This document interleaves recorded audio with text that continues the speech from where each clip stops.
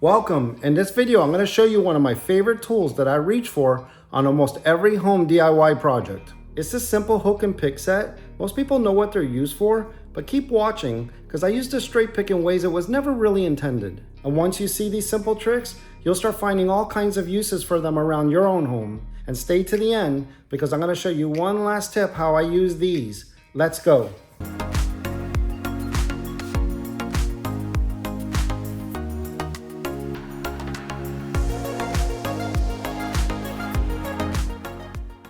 Now you can pick up the 7-piece set for about $28, but I find the 4-piece set sufficient for about $11. This one's in the tools section at Home Depot. There's a 35-degree bend, a 90-degree bend, a 180-degree hook, and my favorite, the straight probe. Now if you've watched some of my other home DIY project and repair videos, you've watched me use my picks and hooks during them. Like here helping me remove a sprinkler nozzle filter. Sure, there are other ways to do this, but the 180-degree hook makes it much easier. Let me show you another example. During the shower head install, to remove this rubber washer, I used a 90-degree pick.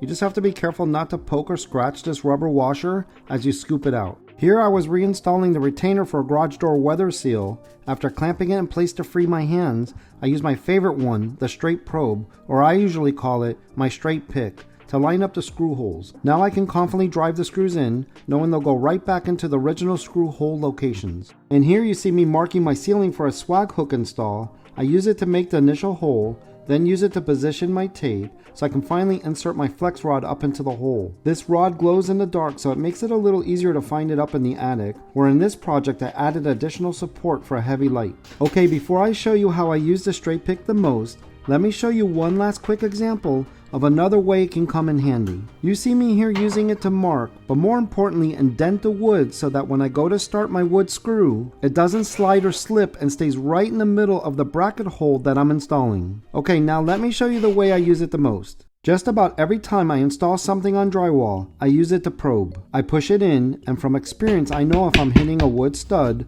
metal stud, cement block, or nothing at all. Here I quickly feel I'm hitting wood, it's stabbing into it, so I know I'll be good with just using wood screws, and I don't need any anchors. This is an outside wall above a window where I'm hanging curtains. The builders ran a piece of wood around the window to attach the drywall to the outside cement block. So this bracket is not going anywhere. It's really secure. Now check out this situation. The wall is not flat. It's because right where I'm installing the wall bracket to hang a TV, it hits right in the middle where an inside wall transitions to an outside wall, and they didn't match the drywall perfectly. So it's making it difficult to mark where I need to add screws. Now right here for the middle screws, I don't need to send my straight pick in because I purposely lined it up with a stud. You can see it being marked by my magnetic stud finder. So I pre-drill holes that I will screw lag bolts in. I can feel as I drill, the drill bit is drilling in wood as further confirmation. By installing these two lag bolts in first, it will help stabilize the wall bracket so I can mark the other screw locations without the wall bracket moving. Consider that if you encounter a similar situation. Now I remove one of the lag bolts so I can position the wall bracket out of my way. To watch me do this again with sound, I push it in right where I marked, and on this one I can feel there's nothing there. So I hope I'm convincing you this is a great technique determining what anchor and fastener needs to be used. You don't just drill a hole and hope for the best. For a TV, let me show you what anchor and fastener I like to use. This is a drywall toggle anchor. It can hold up to 100 pounds. Let me explain how it works. Now you technically don't need to drill a hole like I'm doing, but I find it easier to push them in the wall by pre-drilling, and less drywall debris gets in the mechanism that allows the toggle bar to swing open. You just screw the anchor in, and then when you screw the screw in, the toggle bar swings into a position to clamp onto the back of the drywall. So now that you see how they work, I'm going to install them for this right side. I drill 2 holes just big enough to accept the part of the anchor you push in, not wider than the deep threads they have you use to screw them in. So now listen to the sound when I push the pick into these left holes. I can hear a distinct clicking noise that I can tell is cement block. I use my finger to mark the depth the pick is going in so I know the screw length I'll need, and you can see it's just going in 1.5 inches. They use furring strips of wood to attach the drywall to the cement block. The more you probe with your straight pick, the more you will learn what you're encountering. I'll use Tapcon screws here. This is pretty cool, right? Okay, don't leave yet. We're almost to the bonus tip. Now let me show you how it all goes together. I use the washers that came with the TV mount and start both toggle anchor screws by hand. Then I drive the bottom screw in about 95% of the way, check for level, and once everything looks good, I tighten both screws the rest of the way. One last check I'm still level, and I screw in the bottom lag bolt, then I tighten up the top one. Next I drill the holes for the cement block side using a masonry bit. I have my drill on its hammer drill setting. I'm using 2 3/4 inch Tapcon masonry screws, also with the washers, and finally I drill the last 2 screws in. So that was a great example showing how I used my straight pick to determine I needed toggle anchors here on the right side. I just used lag bolts into the stud for the middle, and my pick also helped me confirm Tapcons were needed for the left side. I want to demonstrate this as a close-up. So you put your hole in your drywall, and then you start probing around to see what you're hitting. If you're hitting a stud, a wood stud, you'll feel it stab in there. It almost even holds because it just stabs in there. And you kind of just get that feel of what a piece of wood being stabbed feels like. And you start just learning that. And then if there's a furring strip on an outside wall, when you stick your straight pick in, you'll hear a clicking noise. And that's how you know you're on an outside wall or there's a cement wall behind it. And then you're gonna have to use a Tapcon. So in a commercial setting, you might hit a metal stud and you'll start feeling it go like this and push in. You can look into the hole a little bit and you'll see it's silver. And of course it'll make more of a banging noise like metal. So that's how you know if you're hitting a metal stud. The easiest one is when you hit nothing, you stick your straight pick in there and you just don't feel anything. Now if you're close to a stud and you come right in the edge and you start moving it around like this, you can feel it. Oh, I have a stud right real close. And then you might want to put your screw on an angle and still hit the stud.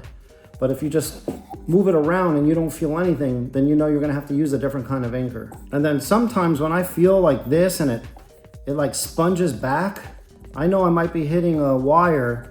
So I kind of feel that. I know I need to use a shallow anchor, but I don't want to screw in something too deep. So I know to be careful. Now for the bonus tips. Since a pencil graphite tip is not long enough to mark this hole, I just use my straight pick to mark the hole as I verify what's in the wall. Now I don't use my drill to make my anchor holes. As you can see as I pull it out, a lot of drywall dust comes out making a mess. So instead, I use my nail set as a punch to make my anchor holes, which doesn't create any drywall dust. So try this method the next time you're using these plastic anchors for light duty anchoring applications and save yourself from cleaning up a mess after every hole. So that's how you can use a straight pick to figure out exactly what's behind the drywall, so you can choose the right anchor or screw before you ever drill a hole. Now full disclosure, these picks are not really meant to be used this way.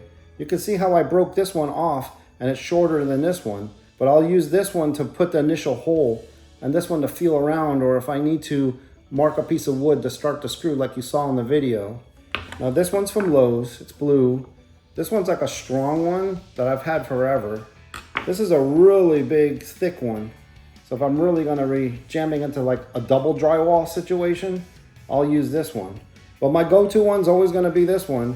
I don't know why I like it so much, but I just beat the heck out of it and use it until I have to get a new one. Now I'm curious, are you going to start using a straight pick to probe your walls before drilling holes? And are you going to try to use a punch instead of a drill when installing those light duty plastic anchors? Let me know down in the comments if you already use a straight pick or punch in either of these ways, or if you're going to give them a try after watching this video. Please remember to hit the thumbs up if you like this video, and be sure to subscribe to watch more home DIY videos just like this one. Put any questions in the comments and maybe I can help you with your project. Click on the link on the screen to check out my playlist of various home DIY repairs, and if any of the other projects you saw while I was demonstrating the different uses of picks caught your interest, you can find all those videos on my YouTube channel as well. Thanks for watching and keep DIYing. Bye now.